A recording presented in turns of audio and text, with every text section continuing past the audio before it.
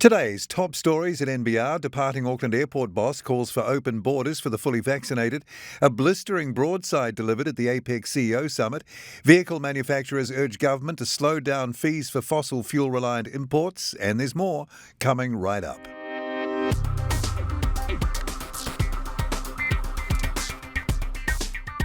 Kia ora and welcome to NBR Today, a wrap of the day's top business stories from the authority in New Zealand business news since 1970, nbr.co.nz.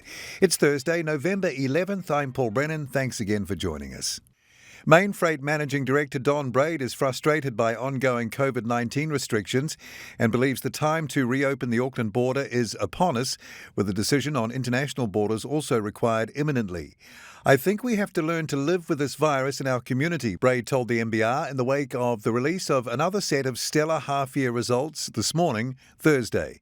The NZX-listed global freight and logistics company disclosed a 41% year-on-year increase in overall revenue and a 79% hike in net profit for the half-year to the end of September. Mainfreight reported revenue of $2.27 billion and net profit of $130.8 million for the six-month period and declared a tasty Christmas present for investors, an interim dividend of 55 cents per share payable on December 17, an increase of 83.3%. Departing Auckland Airport boss Adrian Littlewood has called on the government to open the borders to fully vaccinated New Zealanders as the science no longer supported forcing them into quarantine. In a press release issued this morning, Thursday, Littlewood said Kiwis should be allowed to return and self-isolate from mid-December if they were vaccinated and tested. He said some of our most prominent scientific experts have come out and said this week that the risk they present is low and better use could be made of our scarce MIQ facilities. And he said the time has come for the grief and inequity caused by these restrictions to end. Littlewood noted that there were only 12 international passenger carriers currently flying into Auckland Airport compared to 29 before the pandemic. Technology entrepreneur and former NBR rich lister Sir Neville Jordan's company NBR Capital has been put into liquidation. Liquidator Malcolm Hollis of PricewaterhouseCoopers Auckland was appointed by the High Court at Wellington on November 5th. The appointment follows an application from the town of Jupiter, Florida, over a $313,000 debt. The town authority said the debt related to a high-value manufacturing bridgehead NBR Capital planned to set up in the early 2010s in Jupiter, north of Miami. To help attract a cluster of biomedical companies to the town, the local authority created a US $3 million development fund, town attorney Thomas Beard told the NBR.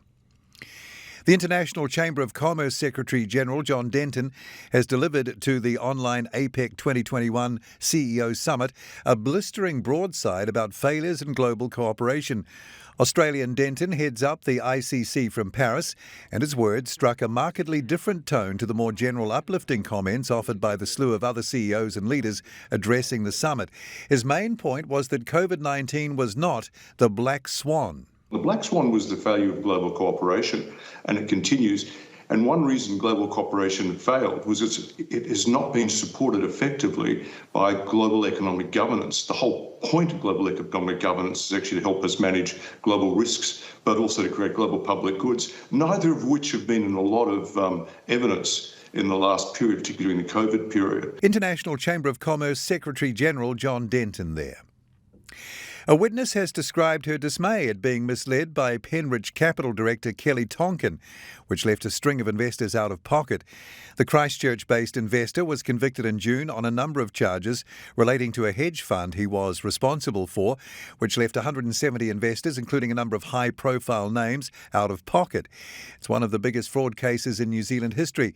At Thursday's disputed facts hearing in the Christchurch District Court, Judge Tony Couch heard that there were 3 matters in dispute: the total number of victims or investors, the quantum of the loss, and the level of current and new investment had investors been aware of the actual situation. Vehicle manufacturers urged government during a select committee hearing today, Thursday, to slow down the time frame for the introduction of fees for fossil fuel-reliant imports to ensure policy doesn't outstrip supply. The bill is aimed at bringing New Zealand, which has the dirtiest car fleet in the OECD, in line with other nations that already have import emission standards by introducing penalties to cars that exceed staged emissions targets. Motor Industry Association Chief Executive David Crawford said the transition to to cleaner vehicles would cause pain in the industry, but it would be much greater if the bill went ahead with current targets in place. The full details of those stories and more are at nbr.co.nz right now. Tomorrow at NBR, in her weekly column, Rachel Smalley argues Kiwi female voters are bereft of choice. While in Hunter's Corner, Tim Hunter talks about the shareholder turkeys who voted for Christmas. I'm Paul Brennan. I look forward to being with you again tomorrow from around lunchtime for the morning's NBR trending stories. Then same time, same place again right here from 5:30 tomorrow and through the weekend for another NBR This Week.